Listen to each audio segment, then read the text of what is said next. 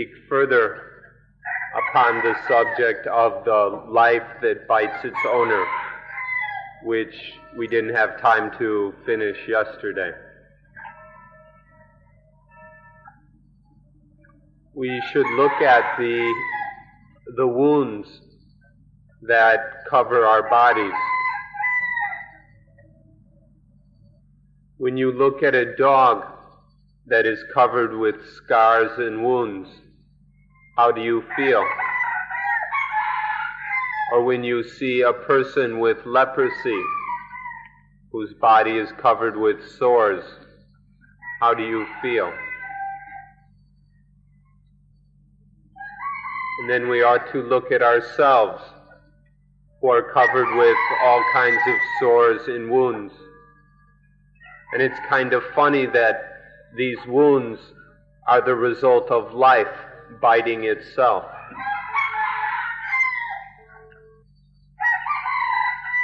Yesterday we talked about the burning and scorching of the defilements, such as greed, hatred, and delusion.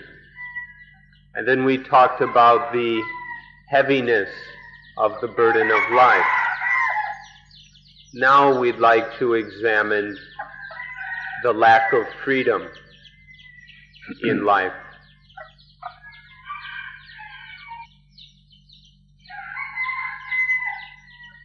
Everybody's talking about freedom, demanding freedom, struggling for freedom and fighting for freedom.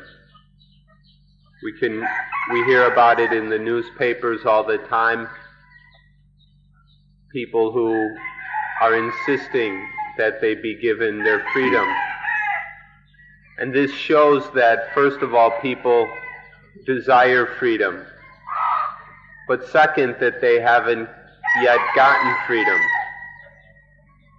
And so there's this lack of freedom is the source of a great deal of dukkha.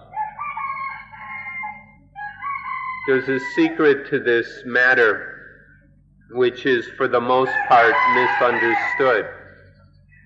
So we'd like to have you look very deep into this subject and see, where is the lack of freedom?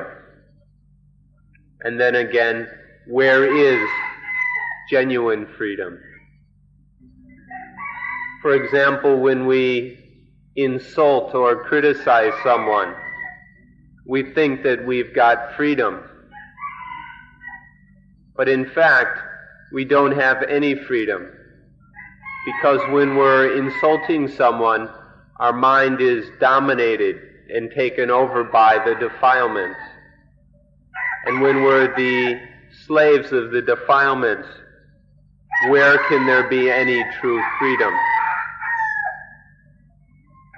Or when we're hitting someone, beating them, then we've lost all of our freedom to the defilements. Or we've abandoned our freedom to our own stupidity. Why doesn't anybody look at things in this way? And when we kill them, or when we take the infantry and invade them, and then destroy them, in such instances, aren't we just totally losing our freedom to our own stupidity, to our own wickedness and selfishness? Haven't we given up our freedom for these low and crude defilements and stupidity? Why is it that nobody can see things in this way? We're always ready to insult them, criticize them, fight with them, beat them, and even kill them for the sake of our freedom. But this is the thinking of lunatics. Because the more we do such things, the more we lose our freedom. If we act in such ways, then we don't have any real freedom at all. It would be good if people could look at this honestly and begin to understand it. Nowadays, we've gone much further than that. We've got these huge armies and these tanks and airplanes and all kinds of missiles and nuclear weapons ready to destroy the freedom of others. We're always ready to fight them or throw our weapons at them to destroy their freedom for the sake of our own freedom. But what do we really get from this? Is the result of all this madness genuine freedom or not? What do we get besides losing our own spiritual freedom from all these weapons and all this militarism? We ought to give proper attention to the word spiritual, because we think we're getting physical freedom, but at the same time we're completely losing our spiritual freedom. We shouldn't overlook the spiritual side of the picture. When we experience the deliciousness of something, when we're tasting the deliciousness of something, we think that we're getting something, that we have the freedom to experience this deliciousness. But in fact, we have lost our spiritual freedom. We've surrendered our freedom to the power of that delicious thing. For the sake of some physical delight, we abandon our spiritual freedom. When we get some sexual pleasures, we think that we've won something, that we've been victorious and gotten some sexual pleasures. But in fact, we've lost our freedom to those very same sexual pleasures. But we never understand this. We never notice the facts. When we love anything, then we lose our freedom to that thing. But common people never understand this. They don't even notice this. They think that they're just getting something, that they're receiving this and that. They never look deeper to see what's really happening. Or on the other hand, in the opposite direction, if we hate something or are angry at something, then we also lose our freedom to that thing. When the mind is full of anger or hatred, why don't we take notice that these things are biting us, clawing us, so that we're covered with wounds? Why don't we see that when there is anger or ill will or dissatisfaction in the mind, that we've lost all freedom and are biting ourselves, clawing ourselves? Or when we hate someone, then we surrender our freedom to that person. Please look at this carefully. Or if we're afraid of something, then we surrender our freedom to that thing until there's nothing left. Nowadays we have a world that's full of fear and terror, such that there's no spiritual freedom left anymore. We can say that now the left is always afraid that it will lose to the right, and the right is equally afraid of the left. Both the left and the right are nervous, apprehensive, and fearful that they will lose out to the other side.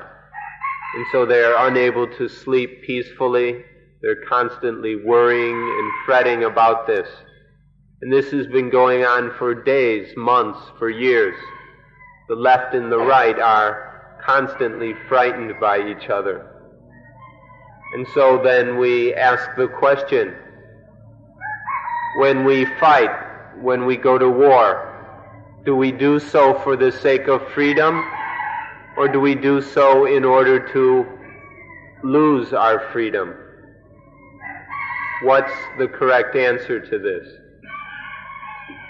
Even if we win the battle or the war and get a lot of material benefits, in the end we've lost, we've surrendered ourselves to the defilements, to Mara or to Satan.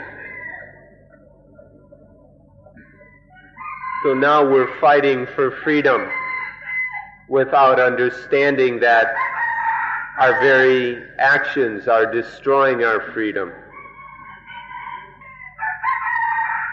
Only the mind that is correctly established is free. Only this properly established mind can maintain its freedom. If the mind maintains itself incorrectly for just a bit, then it loses its freedom. So we must find how to establish the mind so that it retains its freedom. When we don't love anything, when we don't desire anything, when we don't wish for anything, is there true freedom or not? Or when we're taken over by the values of the positive and the negative, are we at all free? When the positive values arise, then our mind is taken over by greed and lust. Or if the negative values come up, then the mind is lost to anger and hatred. If we observe such things, we'll start to find out where genuine freedom lies. When we have wishes or hopes, the same kind of hopes and wishes that we teach our children to have, when we have these hopes, then our mind has lost its freedom to whatever it hopes for the whole time that there is hoping and wishing. Living without any hopes or wishes is to live with total freedom. But nobody believes this. Everybody insists that it's possible to live without hopes and wishes. We've told you earlier that this is the most artistic thing we can do, to live without desires, wants, and hopes. Instead, to live with freedom, to live with mindfulness and wisdom. This is the supreme art of living. In our Dhamma language, we describe the life of wishing and hoping as the life of a preta. A preta is a kind of being, often translated as hungry ghost, which is pictured as having a stomach the size of a mountain and the mouth the size of a needle. So it's got this huge stomach and it's constantly hungry, but a tiny mouth that can never satisfy that hunger. This living like a preta is how it is when we're full of hopes and wishes and desires. It's a rather low and pitiful kind of existence to live with this constant hunger gnawing on us, all these wishes and desires chewing at us. But still it's a way of life that many people are caught quite attached to. Take a good look at the body of these pretas or hungry ghosts. These huge stomachs with the hunger of a mountain and mouths tiny like the eye of a needle. How can such a tiny mouth ever fill up such an enormous belly? And so finally we must ask ourselves, are we living like hungry ghosts?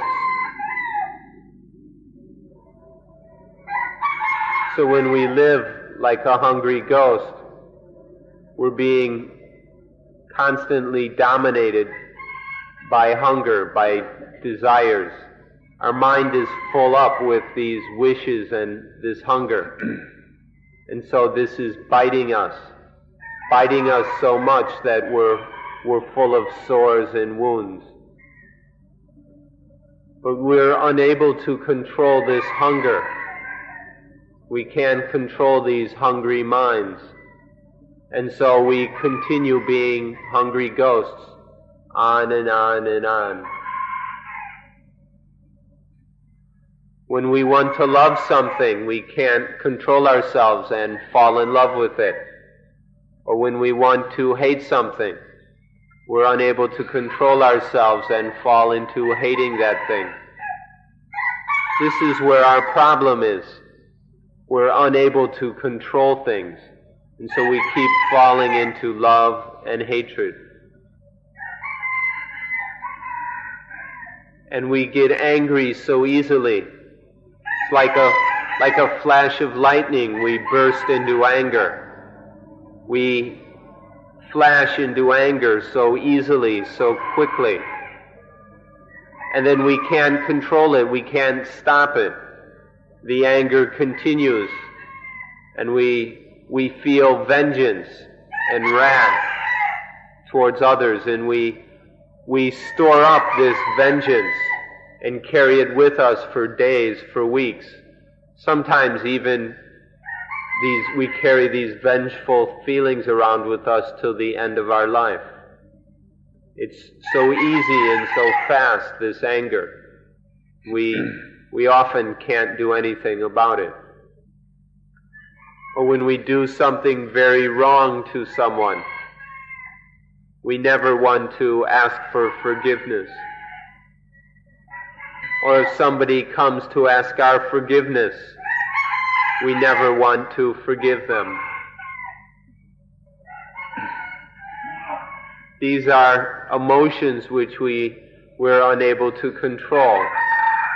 We can't stop ourselves from feeling ill will or feeling upset by or annoyed by others. So we keep falling into these harmful moods because we're unable to control ourselves.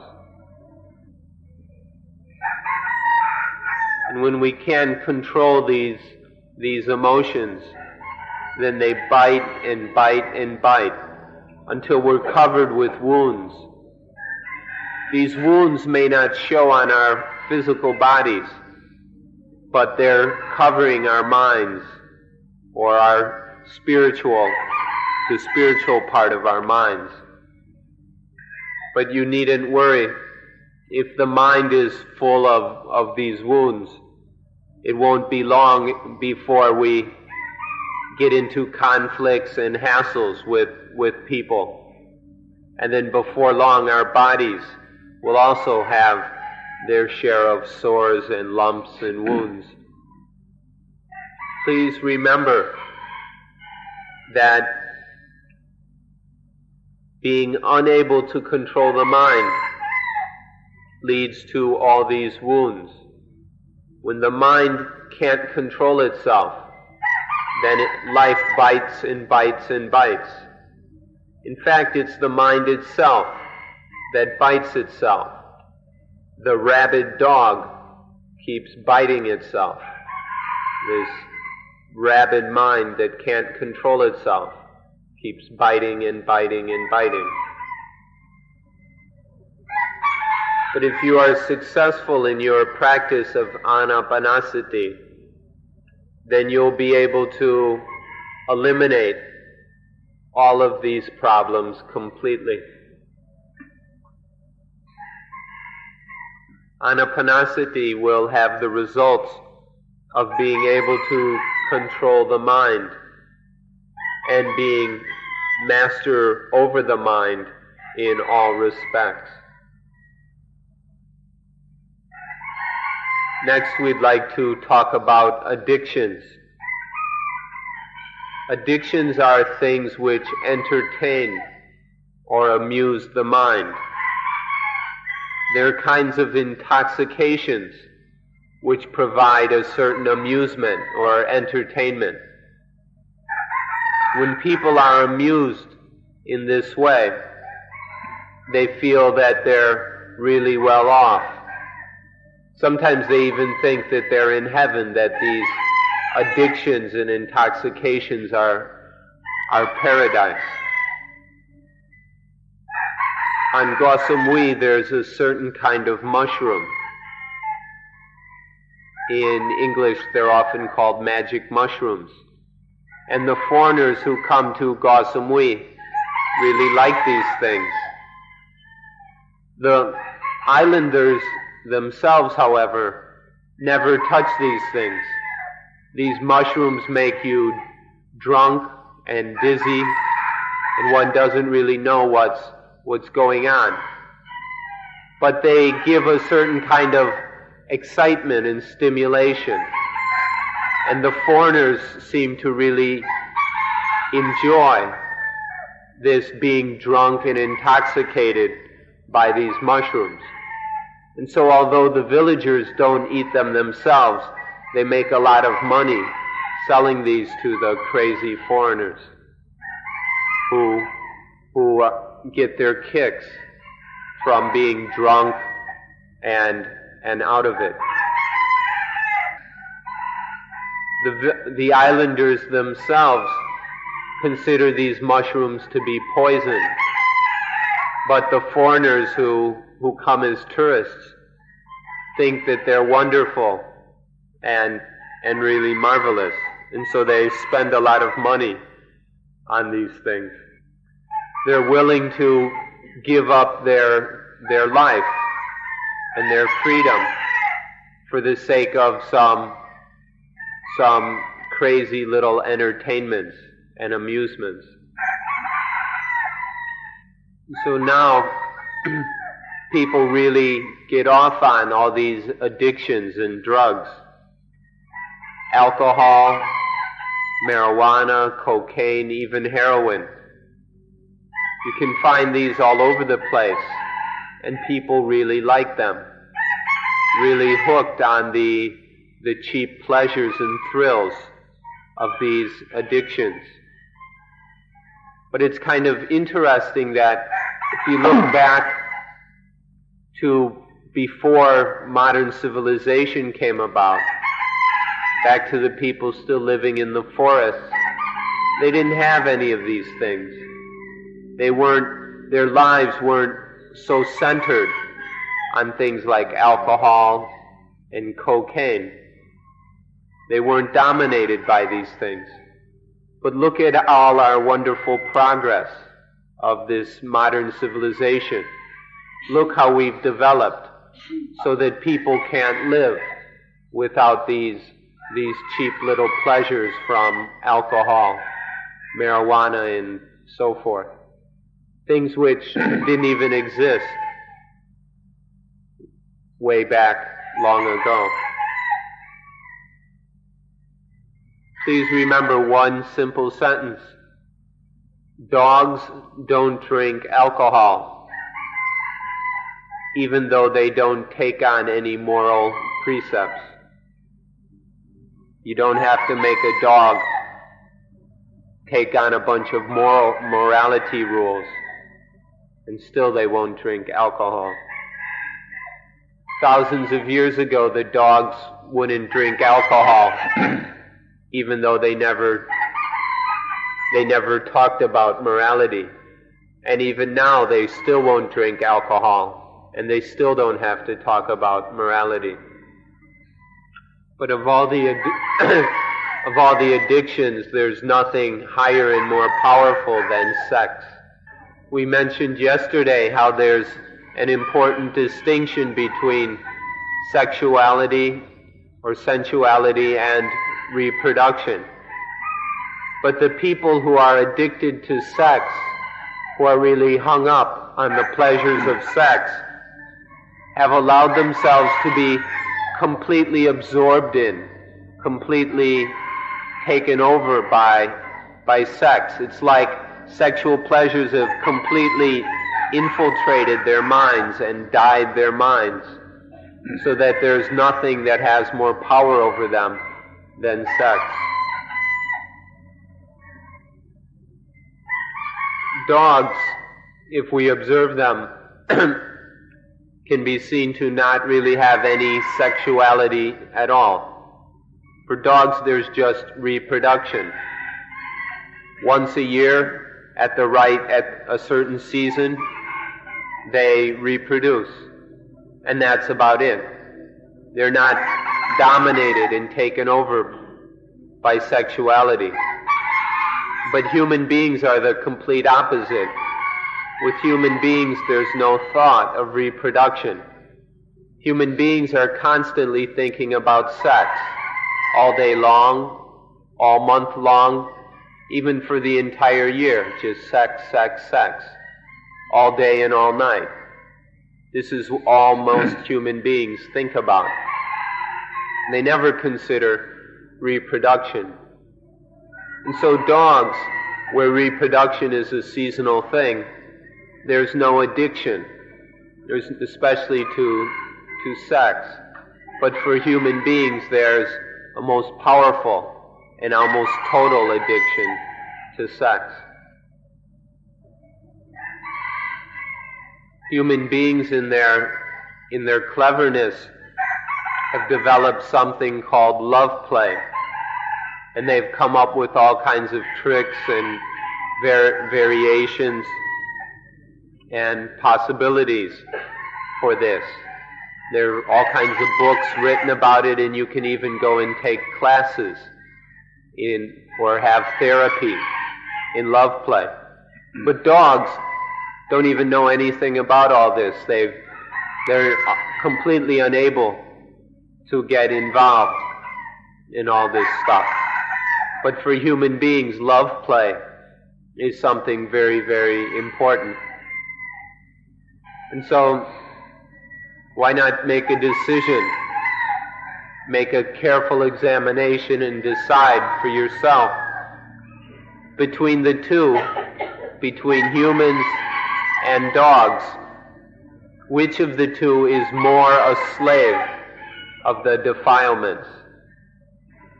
Between humans and dogs, which are more enslaved to the positive and the negative?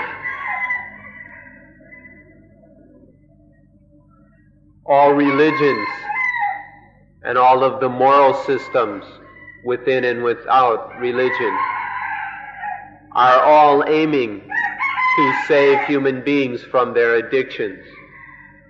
No religion wants human beings to be addicted. And so there have been various moral teachings to help save humanity from this foolishness, this drunkenness. But it hasn't been very successful. We can see the results of modern man that's completely full of all kinds of addictions everywhere one looks. The addictions nowadays are so much more than 1,000, 2,000 years ago, when many of the great religions got started. The difference is so huge We can no longer even compare the way it is now with the way it was then. So nowadays people have no respect for order, for discipline, for morality, for religion. They really look down on these words, morality, discipline, religion.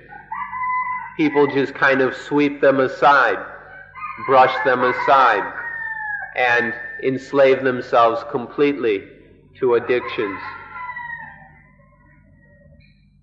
Why not stop for a while and take an honest look and see whether our enslavement to our addictions, to see whether this is the desire of vicca, correct knowledge, or the desire of avicca, ignorance. Are these addictions coming from wisdom, or are they coming from blindness and stupidity? Why not stop and take a careful look at our addictions in this way? When we don't know whether these desires of ours are wise or stupid, that means that we don't even know ourselves. If we can't tell what kind of desires these are, then we don't even know who we are. And so then life keeps biting and biting. This life that doesn't even understand itself keeps biting and biting and biting until it's covered with sores, scars, and wounds. When we don't know ourselves, then we don't understand life. We don't know what life is. We don't know what the purpose of life is. And so life is constantly biting itself. It bites and it bites because there's no real understanding of life, because we don't even know what our self is.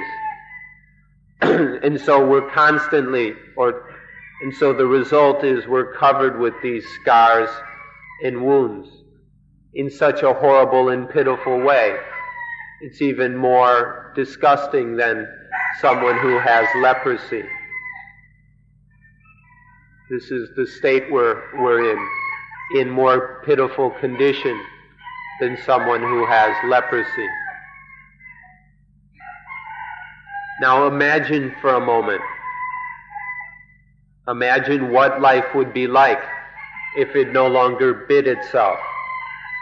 If there was none of this biting and all the wounds disappeared, what would that life be like? This life where there's no biting, where there's none of the wounds, we call this the life of coolness. It's a cool life, which is the meaning of the word nibbana.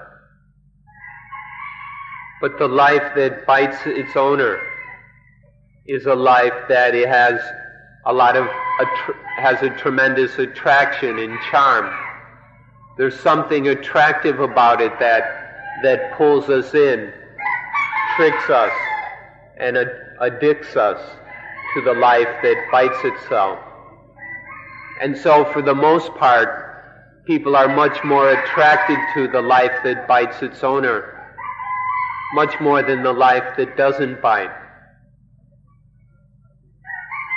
But even when people begin to get a sense of what's happening and start to lose their satisfaction with this biting and wounded life, even when there's some dissatisfaction, people start to wander around looking for an alternative, but they've got no idea where to look.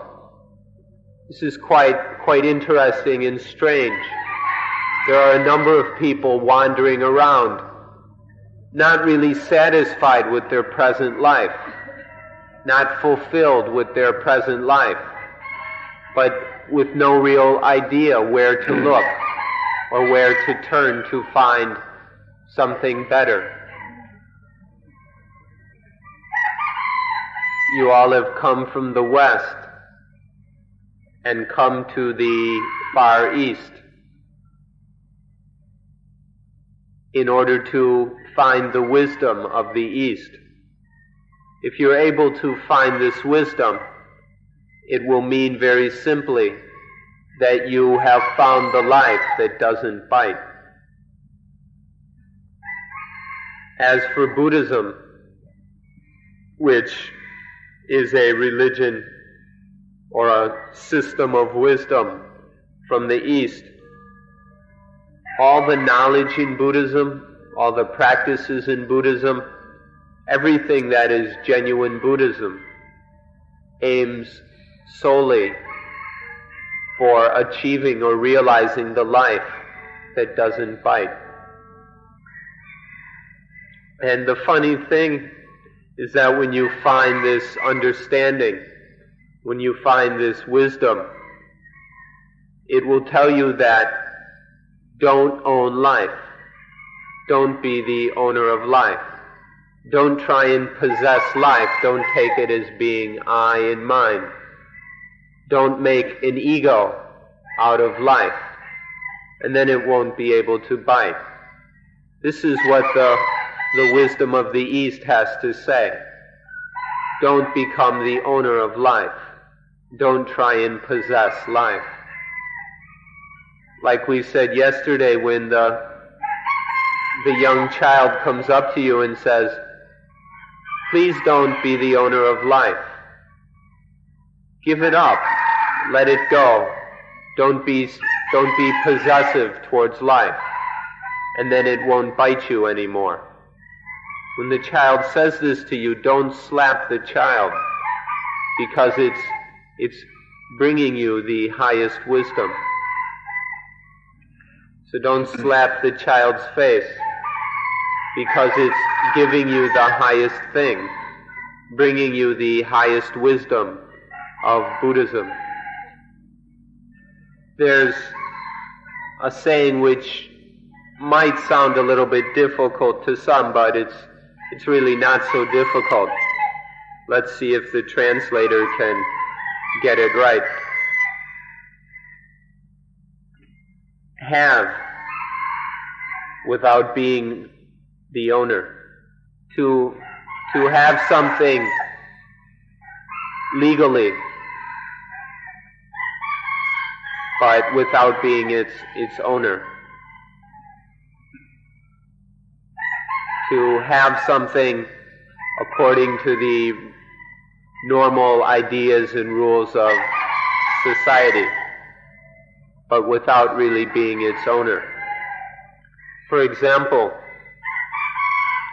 you have a piece of land. You own some land, you have a deed to it. The government, the police recognize that you are the rightful owner of this piece of land, and you have a piece of paper and all the formal registration to prove it. But really, it belongs to nature. If you die, you can't take the land with you. And you can't prevent it from changing, from the powers of nature, from changing it. You don't really have that ability. So legally, conventionally, socially, materially, you own it. In the ordinary language of regular people, in people language, you own it. It's your land. But spiritually, in the language of Dhamma, of the truth, there's no way you could ever own it. Materially, you have some kind of material, conventional ownership, but there's no genuine ownership, especially no spiritual ownership. This truth and the teaching of this truth can be found in the Christian Bible, I believe in 1 Corinthians, in the letter of St. Paul to the people of Corinth. There's a passage where he says, I can't remember the exact wording, but it's something like, have a wife as if you have no wife. Have wealth and possessions as if you have none. Be happy as if you have no happiness. Going to the market, making purchases. Return home as if you purchased nothing.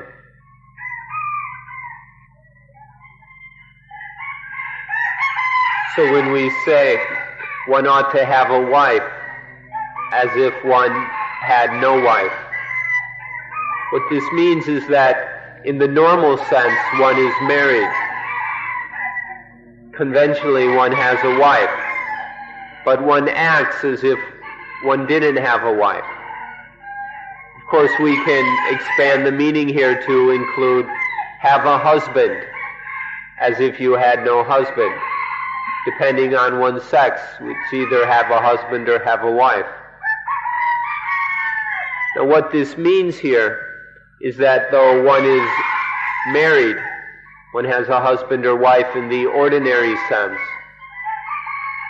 there is no attachment to him or her as I or mine. This is what St. Paul meant. You can have a wife or a husband, but don't attach to that husband or wife as I or mine. Otherwise that husband will bite, that wife will bite over and over again, as long as you attach to him or her as I or mine. So there are two sides to everything. There's the material, conventional, legalistic side, and then there's the spiritual side. Although one may own something materially or conventionally, although one may be the owner in the eyes of the world, where ordinary superficial people will say that, oh, this is his wife or her husband. That's just the superficial, material, conventional side. But on the spiritual side, one realizes that there's nothing that can be attached to, that there's nothing that can really be I or mine. And so one doesn't attach. One sees the futility of spiritually attaching to things. That if we try to attach, the result is just a lot of biting and wounding and pain. Next we come to wealth and possessions. To have these just as if one didn't have any. This means though one has whatever wealth and property, one acts towards these things as if one didn't have anything. One lets go of the idea that they are ours or mine, that we are the owner of these things. If we don't let go like this, these things will just bite. They'll be very heavy and oppressive. But if one acts towards them as if they weren't even ours, then they have no ability to bite or oppress. And all the other things, such as land, a farm, a house, a car, all the various material things that people own, all of these, we can have them just as if we didn't have them. If we really believe that we own them, then they become very heavy. It's like piling them up on top of our heads and carrying these weights around with us all the time.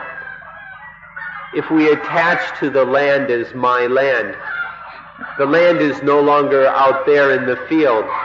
The land is stacked on top of our head. And then the house and the car all these things are piled up on our head, very heavy and oppressive. If they're just the land, and we don't act as if we own it, the land is just where it is. It's no longer a burden on our mind. And the same with the house and the car. They're just what they are, but we don't act towards them as if they're mine. And so they're not heavy. They don't make life burdensome and weary. And then there's happiness.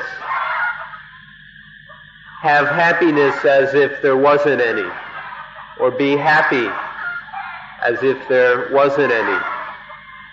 This means that there can be joy, satisfaction, and contentment. We can have these feelings of joy and contentment without feeling or acting like we own them.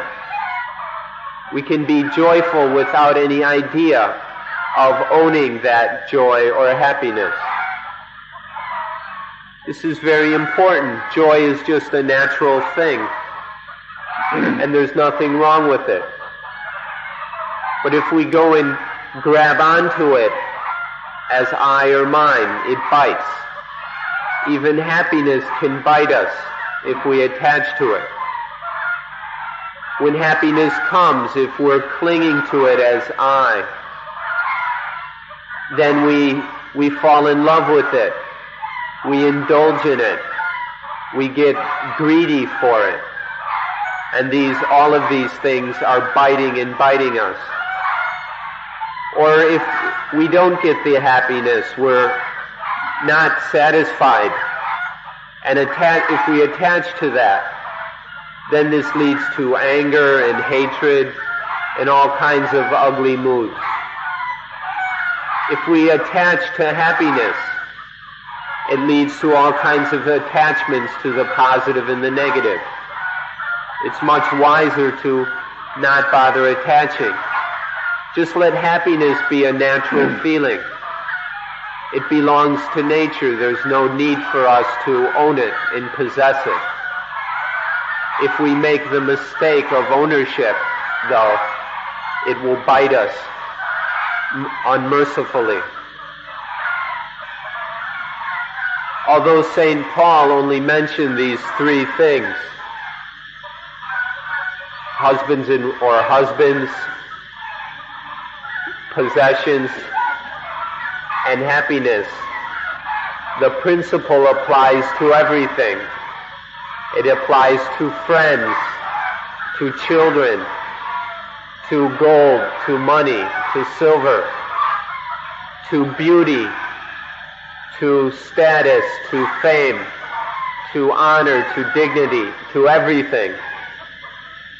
The same principle, we can have all these things, but don't attach to them as I and mine. As soon as we make the foolish mistake of ownership, then these things will bite us and wound us.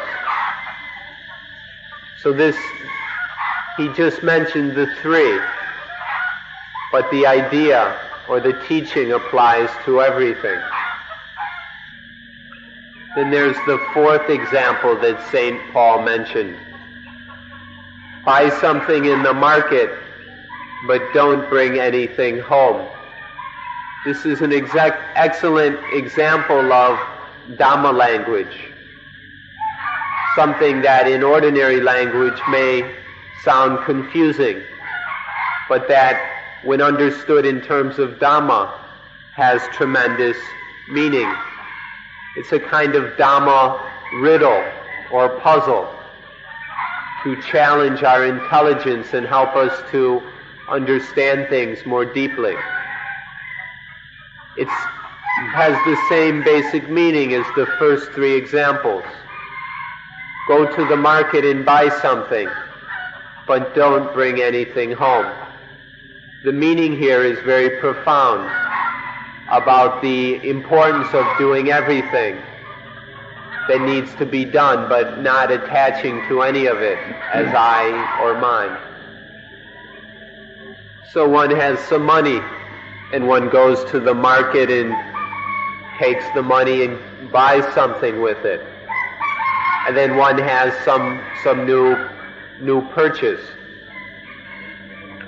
But St. Paul warns us not to take anything home. That means though we may have bought something, we don't have any foolish ideas about owning it, about it being ours.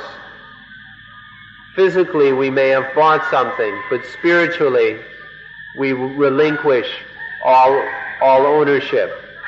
There's no attachment to it as I or mine. If we really think we own it, if we go and buy things and foolishly think that we own them, that they are mine, then this is going to make us a lot of problems, add tremendous burdens in life, a lot of biting and wounding. But if we understand that it's all part of nature, then there's no need to attach to it. We just do what needs to be done. This understanding of buying what's needed but not bringing anything home is an excellent example of the essence of Buddhism. To do what needs to be done without any ideas of I or mine. To do whatever must be done without any ownership or any possessiveness. Some people will listen to this and won't be able to understand. People who are not very intelligent will think that this is just some crazy teaching that doesn't make any sense. They'll go, this is ridiculous. Go to the market and buy something and not even bring it home.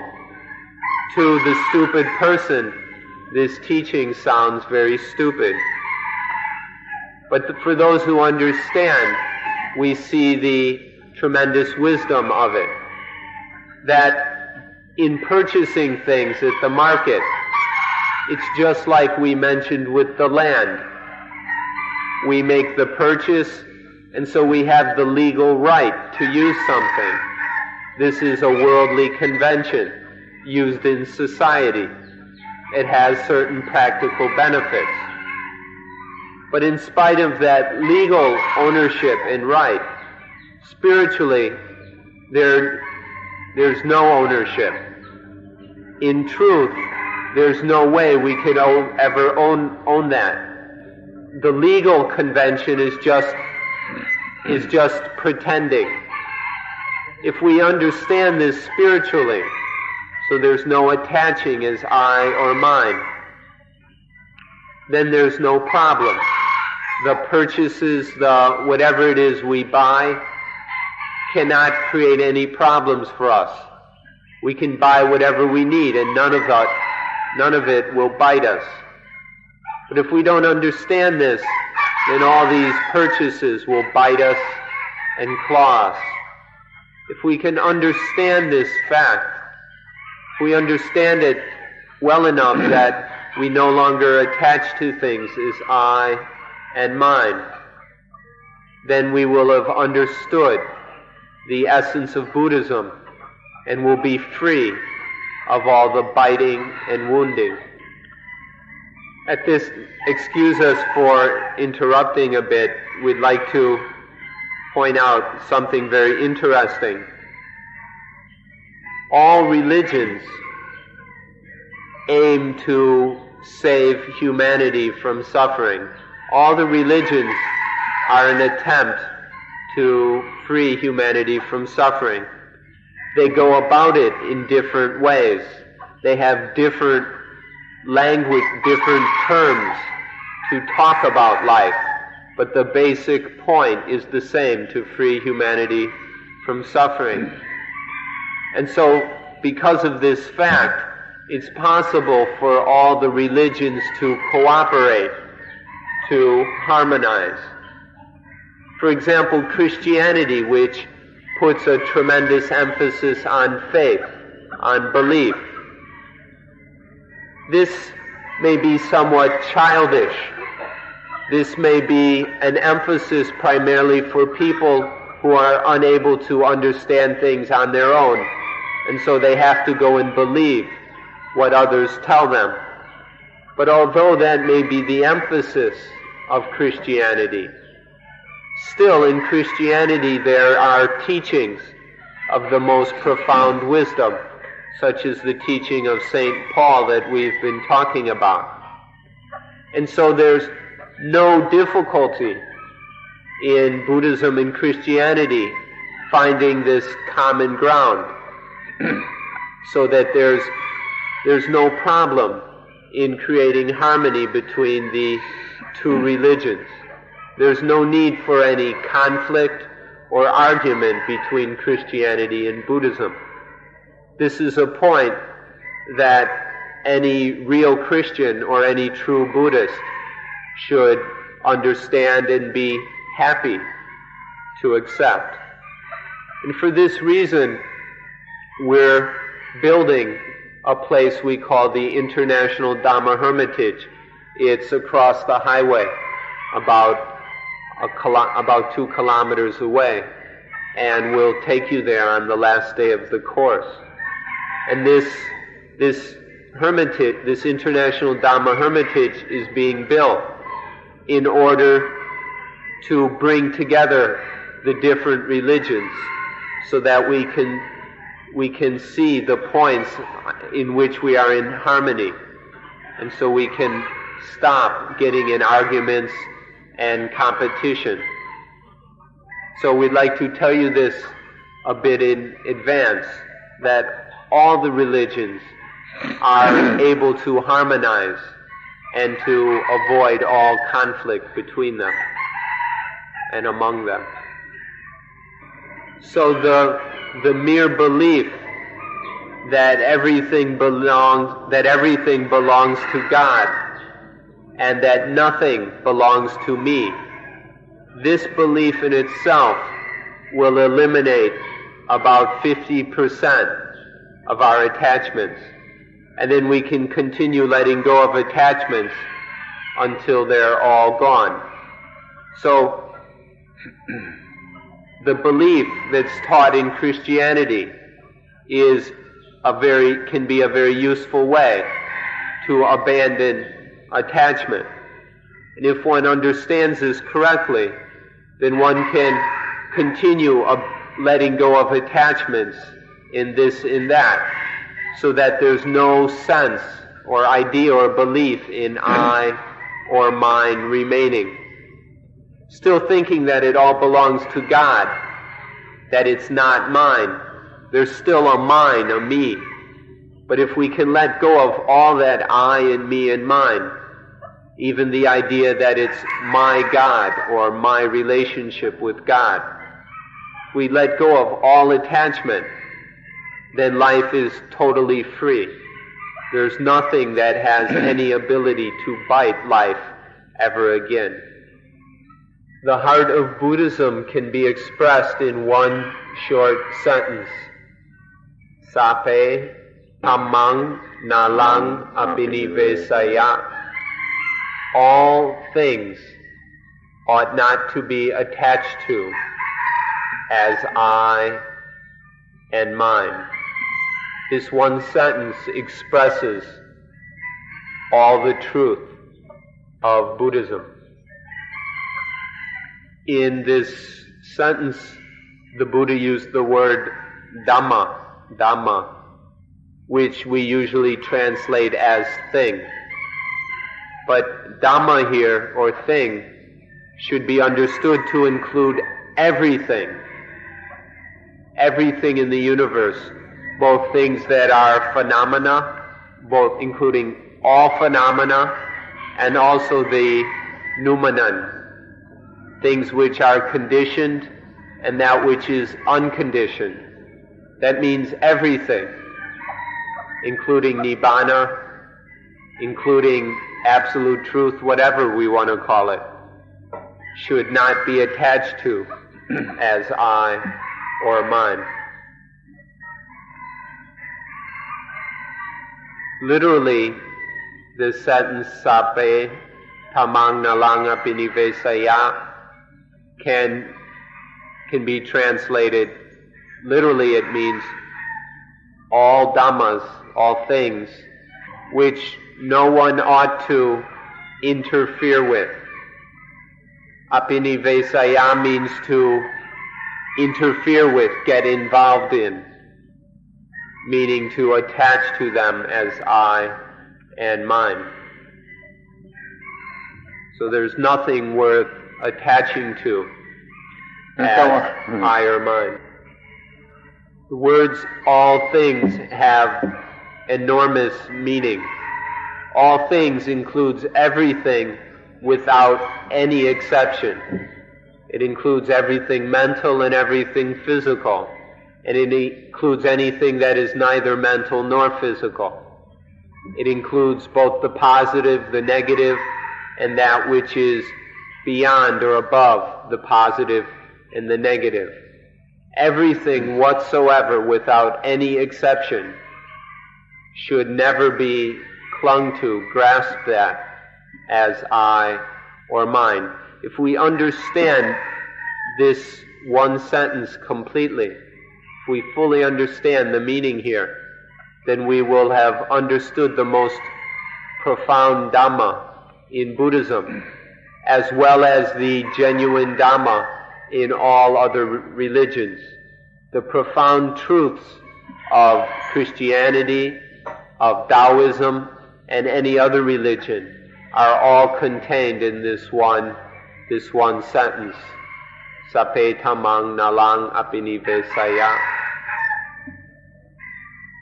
This is a universal truth, a universal law that applies for everything, everywhere, at any time. It's a timeless law. So when we say that it belongs to nature, it doesn't mean that nature is the owner. The ordinary person hears, oh, it belongs to nature, then nature must own it. Nature must be the owner. But not even nature can own things. Nothing can be owned by anything else. Everything is completely free of ownership and being owned. When we speak about everything in the universe, it's a little bit beyond our own immediate situation. So we ought to come back and talk more directly about our own reality. And so the essence here is that nothing in this life, nothing in our own lives should be clung at or grasped at as I or mine. If we stop clinging to our own lives, to everything involved in our lives, then our lives will be completely free and cool. These lives of ours are made up of two things, body and mind. If we want to study it, we can distinguish these two aspects, although in reality there's just one thing. You can't really separate the body from the mind. To do so would be to die. But we can distinguish them for purposes of study, although the reality is just one thing, one life. When we study, when we investigate our lives, however, we can distinguish between body and mind. And further, we can distinguish various abilities of the mind. So often we talk about life, or we talk about mind-body, or we talk about the 5 khandas, the 5 heaps, or the 5 aggregates. There's first the body, and then the mind as far as the mind goes, we can distinguish 4 abilities. There's the ability to feel, to sense pleasure and displeasure, regarding experiences. There's the ability to perceive things, to regard them as this, as that, as green, blue, purple, or red.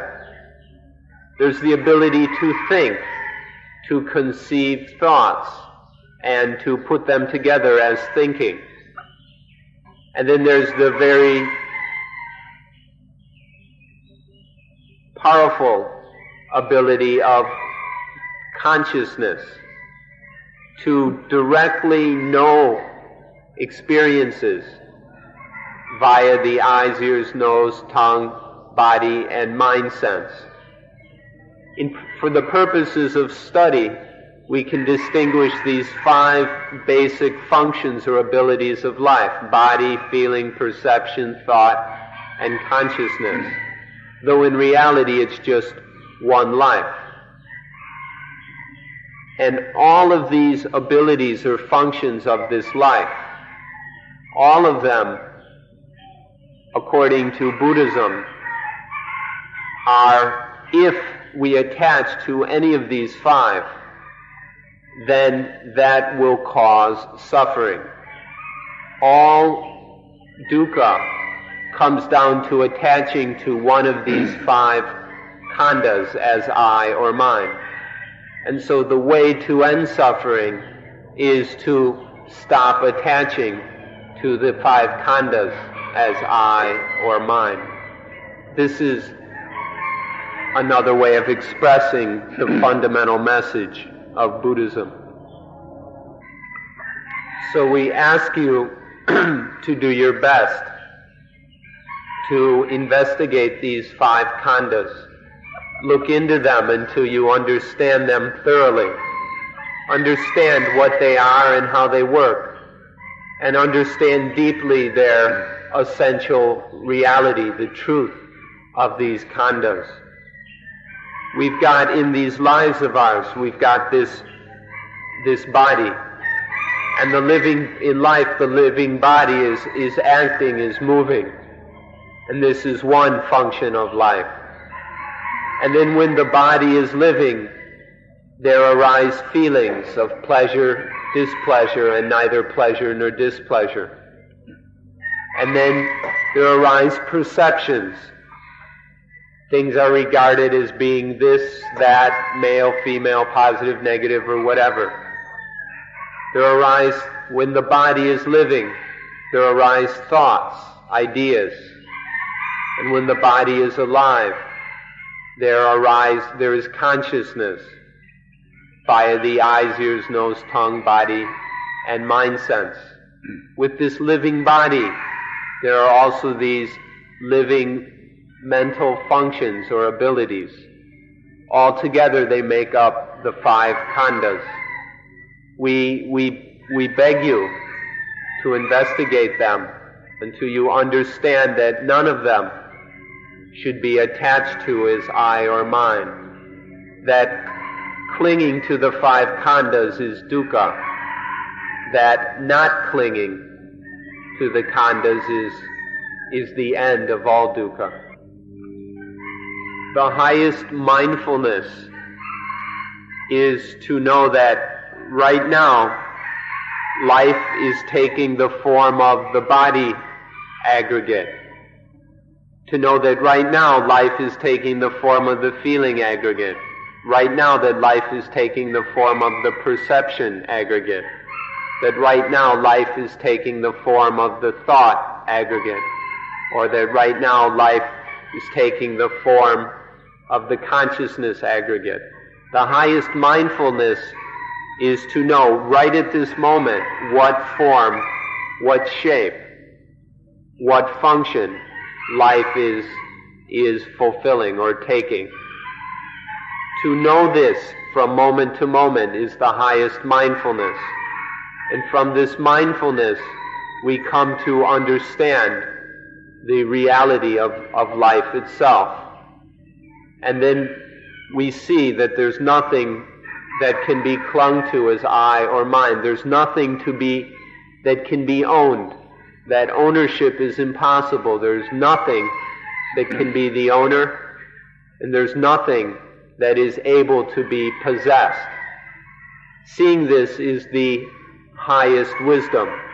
And so with the highest mindfulness and the highest wisdom, we are free of all biting, of all suffering. So the highest mindfulness and wisdom is knowing that life is not ego. Knowing that there's just this life happening naturally, or that there's just body and mind, or just the 5 khandhas. But none of it is ego, none of it is self or soul. Realizing that there's just life, and none of it is I or mine, self, ego, soul, spirit, Atman, or whatever you want to call it. Realizing this, then life is totally free. Life no longer bites. Life can no longer be bitten when there is this highest wisdom. So all suffering is gone. All suffering has been quenched. This is the highest wisdom and the highest realization that a human being can attain. And at this point then, everything is finished in terms of one has accomplished everything that needs to be accomplished. And so we'll close the meeting at this point. Thank you for being very good listeners, very patient. And if you can put up with some more, come back tomorrow and we'll have another talk. And that's all for today.